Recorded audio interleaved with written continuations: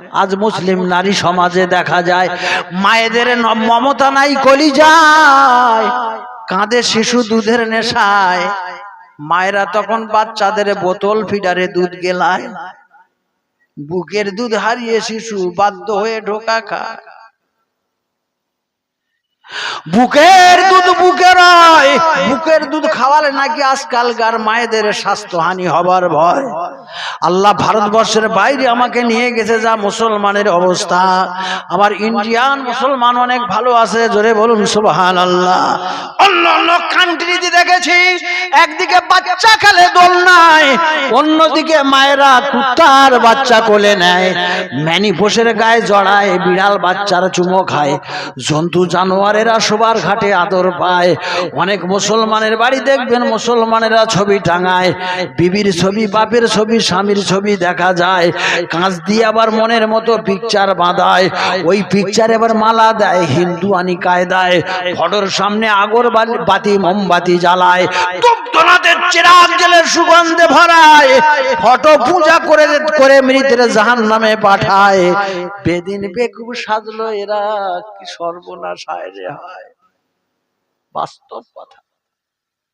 বিশ্ব নবী বলেছেন, বেতাসমিয়াতিল মাউলুদ ইয়াউমা সাবিহি ওয়া ওয়াদিল আযানহু ওয়াল আক্কি, সন্তান ভূমিষ্ঠ হবার 7 দিনের মাথায় তার মাথাটা নেড়া করে দেবে, তার ভালো নাম রাখবে আর তার জন্য আকিকা করে দেবে। একবার আসতে বলা যাবে সুবহানাল্লাহ। তাহলে প্রথমে কি করতে হবে? ভালো নাম রাখতে হবে, মাথা নেড়া করতে হবে। বিশ্বনবী ইমাম হাসানের মাথা নেড়া করে চুলের ওজনে সোনা সাদগা করে দিয়েছিলেন। ইমাম হুসাইনের মাথাও নেড়া করা হয়েছিল। আর এখন ডাক্তার বাড়ি বাচ্চাদের নিয়ে গিয়ে ডাক্তার বলে অত বাচ্চা নেড়া করা যাবে না, ইনফেকশন হয়ে যাবে। কোথায় চলে গেলাম? বাচ্চাদের বড় বড় চুল মাথায় রেখে না পা।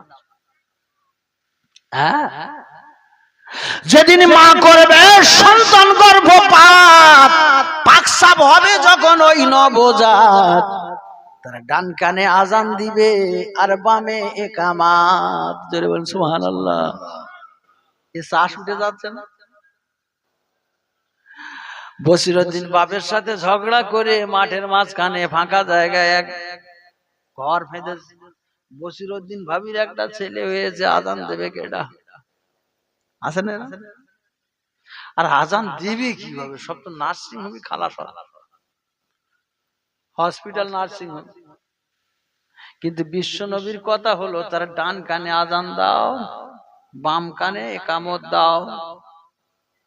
যদি নামাজের কথা আগে তুলে দাও, নিশ্চয়ই আল্লাহ পাকের ইচ্ছা যদি থাকে ওই লোক, ওই ছেলেটা বড় হয়ে নামাজি হবে, দিনদার হবে, ইমানদার হবে, পরহেজগার হবে, মা বাবার বুড়ো বয়সে ভাত দেবে।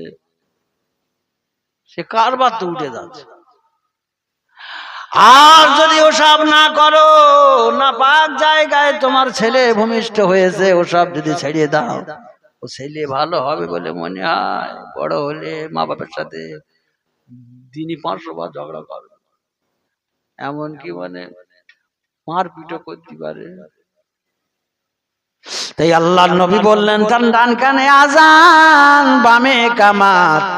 1 তারিখ হতে শিশুর সাপ পার হবে না 7, এর ভিতরে নাম রাখিতে বলেছেন হযরত। মাথা নেড়া করা হলো নবীজির সুন্নাত। আকিকা করতে হবে ওরে মুমিনের জাত, তা না করে মুসলমানের বাচ্চার শুক্রবারে দিল গালে ভাত। গালে ভাত অনুষ্ঠান হয় না? হুজুর কোথায় পেয়েছো এই ফতোয়া? কোন হাদিসে পেয়েছো? গালে ভাতের অনুষ্ঠান একদম ফাঁকড়া একটা অনুষ্ঠান। কত শিয়ানা মার্কা মুসলমান আমরা, ওরা জানে গালে ভাতের অনুষ্ঠান করলে একটা ফাঁকড়া কলে কিছু আয় হবে। বাচ্চার ওই যে মানে মামি জানেরা, মামু জানেরা, খালা জানেরা, যাদের দাওয়াত করা হবে, ওরা তো আর খালি হাতে আসতে পারবে না। আসতে পারবে মনে? তাহলে ফাঁকা কলে কিছু আয় হয়ে গেল, এ নেওয়া সম্পূর্ণ হারাম। কোথায় পেয়েছো? নারে দেখবে, নারে দেখবে। আওলাদে মুজাদ্দিদের জামা, আওলাদে মুজাদ্দিদের জামা, ভাই সাহেব হুজুর কেবলা আওলাদে মুজাদ্দিদের জামা, সিলসিলায়ে হক ফুরফুরা শরীফ, সিলসিলায়ে মুজাদ্দিদের জামা। নারে দেখবে, নারে দেখবে। আর চিন্তা আছে মনে হয় ভাই? আর চিন্তা, হুজুর আপনাদের সামনে একটু পরেই উঠবে, কোনো চিন্তা নেই। আশেপাশে যারা আছেন সবাই চলে আসেন। আর আমরা যারা বসেছি, না আমরা যারা বসেছি ওই পোয়াতি মেয়েছেলের মতো বসতে হবে না, খুব ভালো করে বসতে হবে। আর গাল ভরে দরুদ শরীফ আল্লাহুম্মা সাল্লি আলা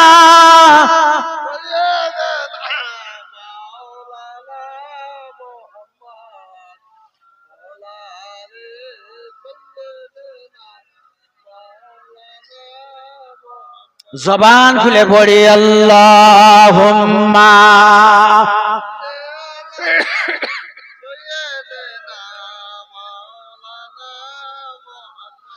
ওয়া আলা আলিহি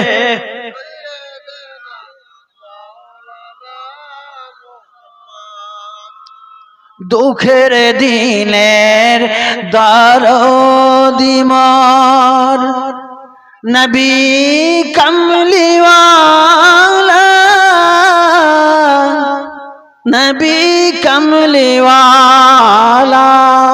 তুমি আসবে জানি এই আধার রাতে, জ্বলবে চিরাগ লালা, নবী কমলিওয়ালা। কার লেখা? এদিকে তাকান ভাই, এই লেখাটা কার জানেন? আমি জীবনে বহু গজলের বই লিখেছি, এই লেখাটা কিন্তু আমাদের বিদ্রোহী কবি কাজী নজরুল ইসলামের লেখা। আমি যে গজলটা পড়ছি আমি অবাক হয়ে যাই, আশ্চর্য হয়ে যাই যে মানুষটা আমাদের দেশে বর্তমানে চুরুলিয়া গ্রামে একটা গরিব পরিবারে, পাবেন না ফকির আহমদ, সত্যি ফকির, এরকম একটা গরিব পরিবেশে পরিবারের সন্তান আজ ঢাকার রাজধানী কলিজার উপরে, একদম ঢাকার কলিজার উপরে শুয়ে আছে। ঢাকার প্রোগ্রাম সেরে ছেলেদের বললাম যে আমাদের বিদ্রোহী কবি কাজী নজরুল ইসলামের এই কবরটা দেখতে চাই। ওরা আমাকে নিয়ে গেল গাড়ি করে। প্রথমে নিয়ে গেল ওই ঢাকা জাহাঙ্গীরনগর বিশ্ববিদ্যালয়ের পাশে, ওই ঢাকা ছাত্র নিবাসে, বিশ্ববিদ্যালয়ের ছাত্র নিবাসের পাশে দেখলাম একটা মাজার আছে, শ্বেত পাথর দিয়ে মোড়ানো। আমি বললাম ভাই এটা কার মাজার? হুজুর চেনেন না আপনি? এটা হচ্ছে ডক্টর শহীদুল্লাহ সাহেবের মাজার, আমার দাদা হুজুর পীর কেবলার খলিফা, যিনি 21টা ভাষায় MA পাশ করেছিলেন। সুবহানাল্লাহ বলবেন না? যে মানুষটার বাড়ি আমাদের পাশে, একদম আপনাদের পাশে, কোথায়? হাড়োয়া পিয়ারা গ্রামে। দেখে আসেন, বাড়ি আছে। ডক্টর শহীদুল্লাহ সাহেব আরবিতে কথা বলতেন, ইংরেজিতে কথা বলতেন, বাংলায় বলতেন, উর্দুতে বলতেন, হিন্দিতে বলতেন, 21টা ভাষায় অনর্গল কথা বলতে পারতেন, ওয়াজ করতে পারতেন। ঢাকা বিশ্ববিদ্যালয়ের অধ্যাপক ছিলেন ডক্টর শহীদুল্লাহ সাহেব। ওনার মাজারটা জিয়ারত করে পশ্চিম উত্তর কোণের দিকে গেলাম, কিছু দূরে একটা পার্ক আছে, পার্ক পার হয়ে দেখলাম বিশাল এক লাল মসজিদ। সেই মসজিদে মাগরিবের নামাজ পড়লাম। মাগরিবের নামাজ পড়ে আমি বললাম তো আমাদের নজরুল ইসলাম সাহেবের কবর কই দেখবো, তাহলে এসে কিছু হলো নামাজ পড়েই একটা ওই মসজিদের গায়ে পাশে একটা বিশাল রেলিং দিয়ে ঘেরা আছে, ওই মানে 20-25 বিঘে হবে, লোহার রেলিং দিয়ে ঘেরা, বিশাল গেট আছে। গেটের সামনে নিয়ে বলছে হুজুর এটাই হচ্ছে নজরুল ইসলামের কবর। আসলাম ইন্ডিয়া থেকে, দেখবো একটু তালা মারা, তাহলে 4টের সময় সব গেট বন্ধ হয়ে যায়, কি করে? তো ওনারা বললেন যে আমাদের ইন্ডিয়া থেকে এক মেহমান এসেছে, একটু গেট খুলে দেন। আমার জন্য খুলে দিন। গেলাম, ভিতরে গিয়ে দেখি লাল পাথর, তার উপরে সাদা পাথর, মাঝখানে মাটি, শুয়ে আছে আমাদের সেই বিদ্রোহী কবি। আমি আশ্চর্য হয়ে গেলাম, চোখে পানি এসে গেল। আহারে, যে মানুষটাকে বিদ্রোহী উপাধি দেওয়া হলো, সেই মানুষটার জায়গায় এত সুন্দর, কেন পানি এসে গেল? জীবনে অনেক কিছু, কাজী নজরুল ইসলাম শ্যামা সঙ্গীত পর্যন্ত গেয়েছে, পল্লী গীতি, ভাটিয়ালি, হেন তেন কোনো বাদ নাই। সেই কাজী নজরুল ইসলাম সাহেব কিন্তু একটা জায়গায় লিখেছিলেন, সেইটি মনে আল্লাহ কবুল করেছিলেন, না তো অত সুন্দর জায়গায় শুনতে পারতো না। তিনি লিখেছেন, মসজিদের পাশে আমার কবর দিও ভাই, মসজিদের পাশে আমার কবর দিও ভাই, যেন গড়ে থেকে মুয়াজ্জিনের আযান শুনতে পাই, মসজিদের পাশে আমার। জোরে হবে না সুবহানাল্লাহ? সেই লাল মসজিদের পাশেই, একদম মসজিদ, একটা বিদ্রোহী কবির লেখা। আর লেখা দেখবেন, খান্ত বুড়ির দিদি শাশুড়ির এক বোন থাকে কাল নাই, শাড়িগুলো তারা উনানে বিছায়, হাড়িগুলো রাখে আলনায়, এরা নাকি বিশ্ব কবি। দুটো কবির রচনা কি একরকম মনে হলো? আমার ঘরের পাশ দিয়ে ভাই নামাজিরা যাবে, পবিত্র সেই পায়ের ধ্বনি বান্দা শুনতে পাবে, গোরাজাব থেকে এ গুনাহগার, গোরাজাব থেকে এ গুনাহগার পাইবে রেহাই, মসজিদের পাশে আমার। জোরে হবে না সুবহানাল্লাহ? কত সুন্দর লেখা, সেই কাজী নজরুল ইসলামের লেখা পড়ছি, গাল ভরে দরুদ শরীফ আল্লাহুম্মা সাল্লি আলা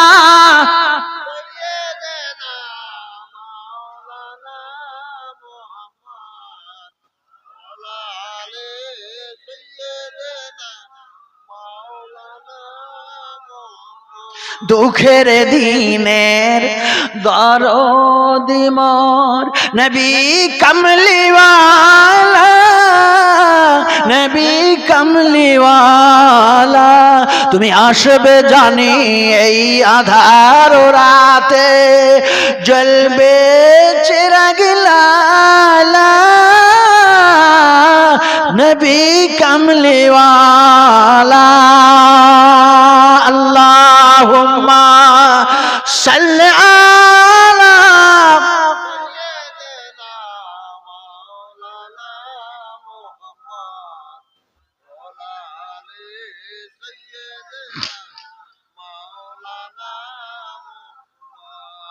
গজল পড়তে গেলে আর আমি আলোচনার দিকে যেতে পারবো না, ওদিকে থাক। আমার ভাইরা, বাবাজিরা, ঠান্ডা মাথায় বোঝার চেষ্টা করবেন। ও মুসলমানেরা, আল্লাহর নবী বলেছেন, মান তালাবাল ইলমা লিউজারিয়া বিহিল উলামা আও লিউমারিয়া বিহিস সুফাহা আও ইয়াসরিফা উজুহান নাস ইলাইহি আদখালাহুল্লাহু নারা। যে ব্যক্তি আলেম ওলামাদের সাথে ঝগড়াঝাটি করার উদ্দেশ্যে অথবা মূর্খদের সামনে বিদ্যা ফলানোর জন্য ইলম শিক্ষা করবে, বিদ্যা শিক্ষা করবে, আদখালাহুল্লাহু নারা, আমার আল্লাহ পাক অবশ্যই অবশ্যই তাকে জাহান্নামে দেবে।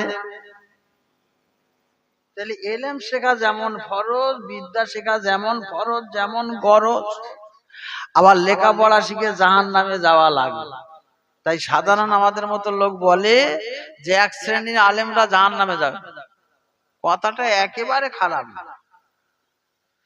ইলম শিখতে হবে, ইলম শেখা ফরজ, আবার ইলম শিখে জাহান্নামে যাওয়া লাগবে। আল্লামা জালালউদ্দিন রুমি রহমাতুল্লাহ আলাইহি কত বড় আলেম, কত বড় আলেম। দুনিয়ার মানুষ এক নামে সবাই চেনে, মাওলানা রুমি রহমাতুল্লাহ। বিদেশ থেকে লেখাপড়া শিখে এসেছে, তো এলেমের তখন বীজ দাঁত ভেঙে উঠেছে, বীজ দাঁত ভাঙেনি।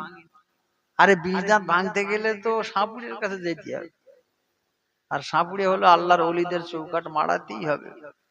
ও ভেতরের ব্যায়াম সারাতে গেলে আল্লাহর ওলিদের দরবারে যেতেই হবে, কোনো বিকল্প, কোনো বিকল্প নাই।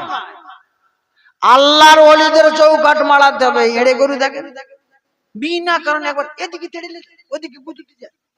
কিছু কিছু বিদেশ থেকে লেখাপড়া শিখে এসে কিছু কিছু হতভাগা দেখবে, শুধু মনসার পোঁয়ায় কাটি দেয়।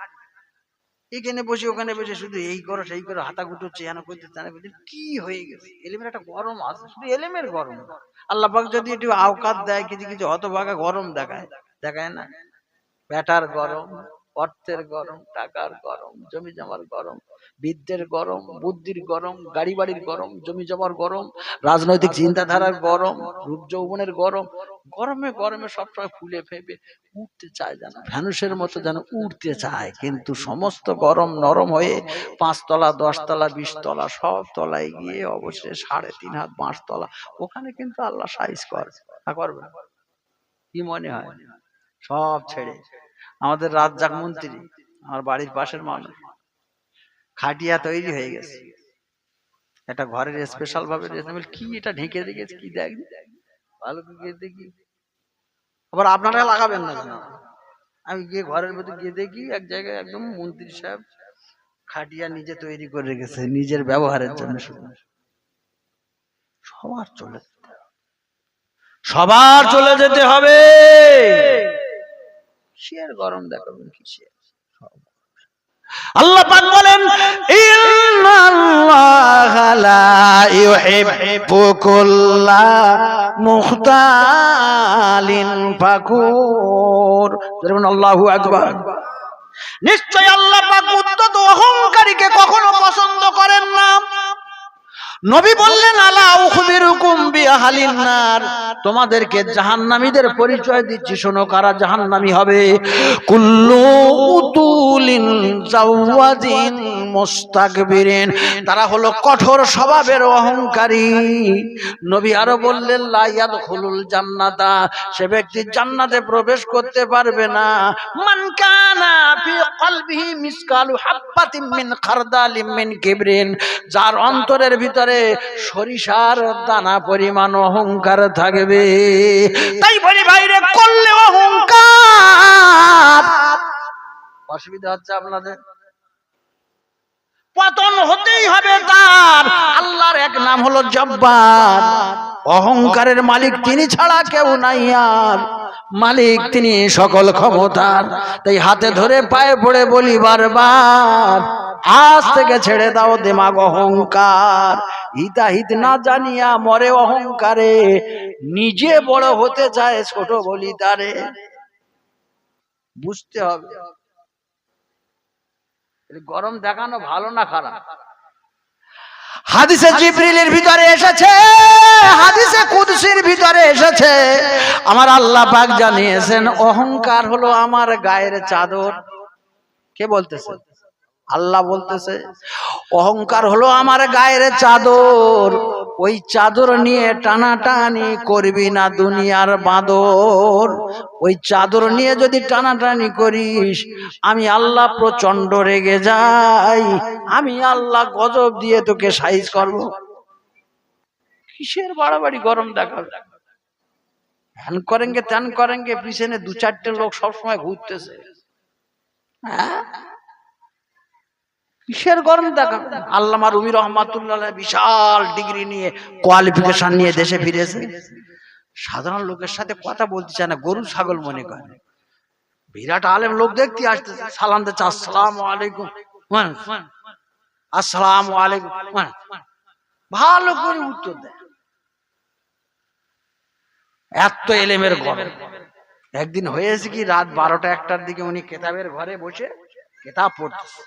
ভাঁজায় বেড় খায় না, এত বড় বড় কেতাব, দেখলি ভয় লাগে। কেতাব পড়তেছে, এমন সময় দেখা গেল এক ফকির বাবাজি রাত 12টা-1টার দিকে কাপড় ছোড় মলিন অবস্থা, কাছে একটা পোটলা মতন আছে, ওই কেতাবের ঘরের দরজার কাছে এসে হাজির। কি ব্যাপার? হুজুর মনে করেছে যে ও ফকির সাহেব সারাদিন ভিক্ষা শিক্ষা করে থাকার জায়গা নাই, হয়তো রাত্রি থাকার জন্য এসছে। কিছুক্ষণ পরে দেখে বাবা, ওই ফকির বাবাজি এরকম আঙুল দিয়ে তুচ্ছ তাচ্ছিল্য করে কেতাবের দিকে ইশারা করে। এ তো টাটকা আলেম, বীজ দাঁত তো ভাই নেই, বিরাট একটা গরম, और থাকতে পারেনি, একেবারে ধমক দিয়ে ফকির পাগড়া আদমি, তুই কেতাব মে কিয়া সামনে গए यहाँ से भाग जा, বলে দূর দূর করে ফকিরকে তাড়িয়ে। তুই কেতাব সম্পর্কে কি বুঝা যা, বলে দূর দূর করে যখন ফকিরকে তাড়িয়ে দিয়েছে, কিছু দূর যেতে হলো না, মনে ব্যথা যন্ত্রণা অপমানের ডালা নিয়ে ফকির বাবাজি চলে যায়, ফিরে যায়। কিছু দূর যেতে না যেতে আল্লাহর কুদরতে দেখা যায় মাওলানা রুমে, এত বড় মাওলানা, তার কেতাবের আলমারিতে কে যেন দাউ দাউ করে আগুন ধরিয়ে দিয়েছে। দাউ দাউ করে আগুন জ্বলতেছে, এই আলমারি পেয়েছে, দেখে আগুন জ্বলতেছে, আলমারি কিতাব সব বিষয়। আল্লামা জালালউদ্দিন বুঝতে পেরেছে ওই ফকিরের বদদুয়া ছাড়া কিছু না, ওই আগুনের ভিতরে লাফ মেরেছে। দৌড়ে দৌড়ে বেশি দূর যেতে হলো না, প্রতিমধ্যে ফকিরকে পেয়ে গেছে, দুটো ভাবুকের সাথে জড়িয়ে ধরেছে। হুজুর, আল্লাহর রাস্তায় আমাকে মাফ করে দিন, আল্লাহর রাস্তায় আমাকে ক্ষমা করে দিন, আপনার সাথে চরম বেয়াদবি করেছে হুজুর, আল্লাহর রাস্তায় আমাকে ক্ষমা করে দিন, মাফ করে দিন, রূঢ় ব্যবহার করেছি, দূর ব্যবহার করেছি হুজুর,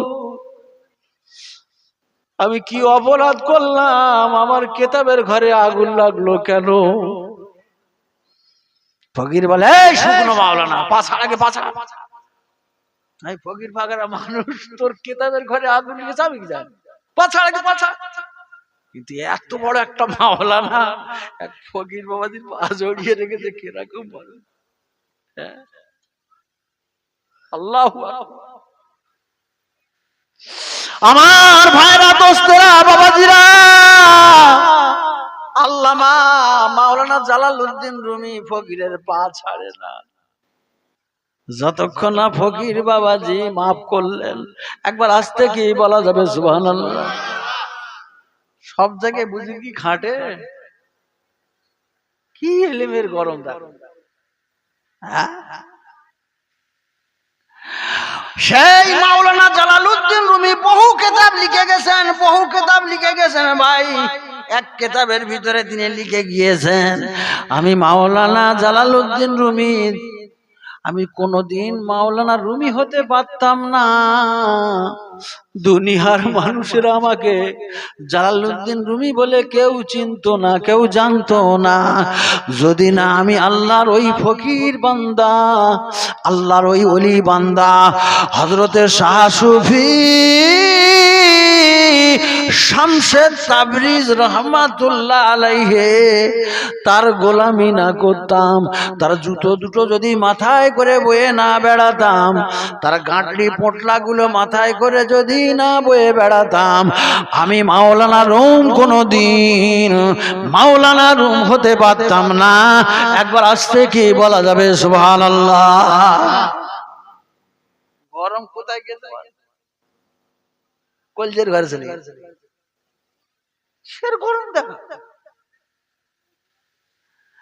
তাই মোর সমাজে দেখা যায় এক শ্রেণীর ভণ্ড লোকে ভাইরে ভণ্ড করে সমাজটাই, ওর ভেতরে দেখবেন কিছু কিছু হাঁটু পর্যন্ত জামা গায়ে, চোখে চশমা, দাড়ি টুপির অ্যাকশনেতে হার মানায়। একটি নেদের দেখলে পরে মাঝে মধ্যে হাসি পায়, দু কলম বিদ্যে শিখে মুক্তিদেরকে টেক্কা দেয়, যেটায় সেটায় বসে এরা আনন্দেতে ঠ্যাংনা চায়, তার ফতোয়ার দাপটেতে লোকের আসর জমে যায়। বিদ্যার গরমে আবার এরা মাঝে মধ্যে হাতা গুটায়, এরাই আবার লোকের ধরে সাঁঝ সকালে টুপি পরায়, হাট বাজারে দোকানপাটে লোকের ঝাড়িয়ে চাপানি খায়। ধর্মে এরা লাগিয়ে আগুন, ফাঁদ পেতেছে ব্যবসায়, এদের পেটে মারলে বোমা কবে রে না হায় রে হায়। বোঝা যাচ্ছে না যায় না? মুসলমানের জায়গায় যদি থাকতাম, কাফের বেঈমানেরা আমাদের পানে চোখ রাঙাতো বলে মনে হয়? কোনদিন ক্ষমতা ছিল। আপনি মুসলমানের সালাম দিবেন কেন? রাসূলুল্লাহ বলছেন একটা মুসলমান আর একটা মুসলমানের পরে 6টা হক আছে। প্রথম হলো সাক্ষাৎ হলি সালাম দাও, রদ্দুস সালাম। কারণ মুসলমানের মুখ পানে তাকালে বোঝা যায় না যে বাগদি না মুসলমান, সালাম দেবেন কা?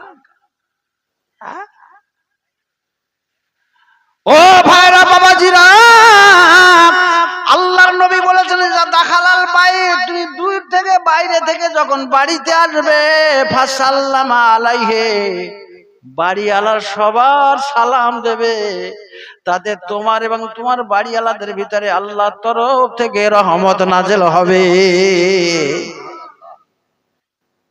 আপনি সত্যি আজকে গিয়ে বাড়ি ভাবিকে বলেন আসসালামু আলাইকুম, সবাই বাড়ির লোক হারবে না? বলি আমার মাথা খারাপ হয়ে গেল, পাগলে। আল্লাহর নবী বলছেন দাখালাল বাইত, যখন তোমরা বাড়ি যাবে, বাড়িতে প্রবেশ করবে, বাড়িওয়ালাদের সালাম দেবে, তাতে তোমার আর বাড়িওয়ালার ভিতরে আল্লাহর বরকত, আল্লাহর রহমত নাযিল হবে। একটুখানি কথা আসসালামু আলাইকুম এই কথা বলবো, সেটা হবে না। তাহলে আমরা সালাম দেবো না, আল্লাহ খুশি হয়? কোনদিন খুশি হবে? নবী বললেন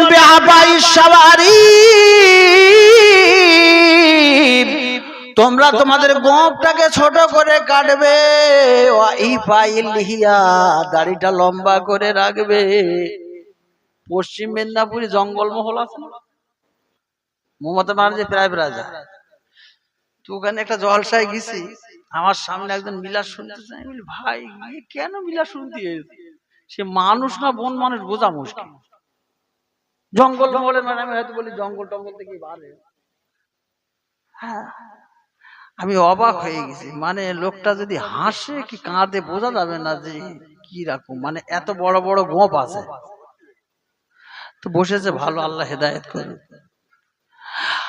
নবী বলেছেন তোমরা তোমাদের গোঁফটাকে ছোট করে কাটবে, দাড়িটা লম্বা করে রাখবে। আসলে রাখবে কি ভাই? ওই যে চুরি করে বাংলাদেশে গেছিলাম বলছিলাম 18-20 বছর আগে, ভাই বাগাসরা চিনতুম না, চুরি করে যাওয়া কোথায় যে ছুটতি তা ঠিক না। এখন বাগাসরা থেকে যশোরের গাড়ি ধরি, বাস খুব মনে রয়েছে আমার, খুব ভালো মনে রয়েছে। সবে একটা দুটো দাড়ি চুল উঠেছে, আলেমে পড়ি তখন মনে হয়, আলেমে কি ফাজে। কন্ট্রাক্টর আমার থেকে 8-10 বছরের বড় হবে, আমার দিকে বলছে চাচা পয়সাটা দেন। আর এত রাগ ধরে গেছে, তোর যুবক ছেলে, ইয়ং ছেলে, এত রাগ ধরে গেছে। আমি কন্ট্রাক্টর ভাই আপনি চাচা বললেন কেন? আপনার ছেলের বয়স তো না, আমরা চাচা কেন, খুব সম্মান, যাদের দাড়ি টাড়ি আছে সম্মান দেই। আমি বলি ভালো, সম্মান দেবেন, আজ থেকে আমি একটু কথা বলি, একটু মানে আপনার কথাটা ঘুরিয়ে একটু বলবেন। চাচা উপাধি খুব ভালো, কিন্তু এভাবে আমথাবড়ি বললে হবে না, ঘন্ট তরকারির মতো। এটা নুন ঝাল তেল দিয়ে বলবেন, অসুবিধা নেই। তোর কিরকম? আমি বলি আপনি আমার চাচা বলেছেন ভালো, কিন্তু চাচা শুধু বললে হবে না, ও লাস্টে জি বলবেন, কোনো সমস্যা নেই। চাচা জি, কত সুন্দর। আর না তো বর্তমান জামানায় যুবক ছেড়া যাদের বলে চাচা, তারাও বোঝে এর মধ্যে কত, যারা বলে তারা বোঝে এটা মজা, আর যাদের বলে তারাও জানে এতে কত বড় দুঃখ লুকিয়ে আছে। বিশ্বনবী বললেন বর্তমান জামানায় সবচেয়ে মুসলমানের বড় কারামত দুটো, একটা হলো দাড়ি, একটা হলো টুপি। এটা কারামত। জোরে বলুন সুবহানাল্লাহ, জোরে বলুন সুবহানাল্লাহ। এর চাইতে বড় কারামত কিছু হতে পারে না। কেননা আপনার দাড়ি নাই, আপনি নামাজ পড়তেছেন। হুজুরদের জিজ্ঞেস করবেন, মুফতিদের কাছে, কোন কারণে যদি আপনাকে ইমাম করা হয় আপনি ইমাম হতে পারবেন না। এক মুষ্টির কমে দাড়ি থাকলে সেই ইমাম হলে মাকরুহে তাহারিমি হবে, হারামের কাছাকাছি হবে, নামাজ দৌড়াতে হবে। তাহলে আপনি ইমাম যখন হতে পারলেন না, তাহলে কি হবে? নবী বললেন, বেহাপাই সাবারি, তোমরা তোমাদের গোফটাকে ছোট করে কাটবে, ওয়াইহি পাইল লিহিয়া, দাড়িটা লম্বা করে রাখবে। চাচার দাদার মধ্যে চেনার উপায়, দাড়ির জন্য শুধু পার্থক্য দেখা যায়। রাখলে যুবক ভাই দাড়ি, চাচা বনে যায় খুব তাড়াতাড়ি। আগে ছিল সবার ভাই আর দাদা, তখন মুখটা ছিল প্ল্যাটফর্মের মতো সাদা। দাড়ি রেখে যে বয়সের হোক না কেন, কিছু ভাইপোর চোখে তার চাচির স্বামী জানো, হোক না 10 ছেলের বাপ, দাড়ি না থাকার জন্য তার বয়স হয় ছোট চাচার হাফ। চাচা উপাধি হয়ে যাবে চিরতরে মা। আল্লাহ আমাদের তৌফিক দান করেন রাখার, সবাই বলি আল্লাহুম্মা আমিন। বাবা, পাকা দাড়ি দেখলে মন কান নাকি দেখলি হয়ে যাবে, বলে বাবা এর ছাড় দিতে হবে, ছাড় দিতে হবে। এটা একটা বর্তমান জামানায় মুসলমানদের কারামত, লিখে রাখে। ও ভাইরা বাবাজিরা, নবীর যে কনস্টিটিউশন, যে সংবিধান আমাদের রেখে গেল, তার থেকে আমরা কোথায় দূরে সরে পড়লাম। ইসলামের আজে কি দশা, ভুলে গেছি দিতে সে তকবীর। দুর্গা নামের কাছাকাছি প্রায় দরগায় গিয়ে লুটাই শেষ। ওদের যেমন রামনারায়ণ, মোদেরও তেমন মানিক পীর। ওদের কলার চাউলের সাথে মিশে গিয়েছে মোদের ক্ষীর। ওদের শিবার শিবানীর সাথে আলী ফাতেমার মিতালি বেশ। হাসানের করেছি কার্তিক আর হোসেনের করেছি গণেশ। কেউ বা হলো গজানন মিয়া, হারা ধান খাও রাবণ শেখ। সীতা বিবি আর ভগবতী বিবি, হেন বিবিরা হলো অনেক। মোল্লা আব্দুল কাদের বাদায়ুনি তার মুনতাখাবাতুত তারিখের ভিতরে লিখেছেন, সম্রাট আকবর প্রায় বেদিন হয়ে পড়েছিল, হিন্দু হয়ে পড়েছিল। প্রত্যেক দিন সূর্যের 101 নাম জপত। সূর্যের নাম জপে তার কলিজা ভরত, কপালে তিলক ফোঁটা কাটত, পবিত্র ধারণ করত, গরু ছাগলের পূজা অর্চনা করত। হুজুর আসতেছে, নারে তাকবীর, নারে তাকবীর। আওলাদে মুজাদ্দেদ জামা, আওলাদে মুজাদ্দেদ জামা জনাব পীর সাহেব হুজুর কেবলা, পীর সাহেব হুজুর কেবলা, সিলসিলায়ে হক ফুরফুরা শরীফ, সিলসিলায়ে মুজাদ্দেদ জামান। মাশাআল্লাহ মাশাআল্লাহ, হুজুর এসেছেন। আপনারা যা যেখানে আছেন চলে আসুন।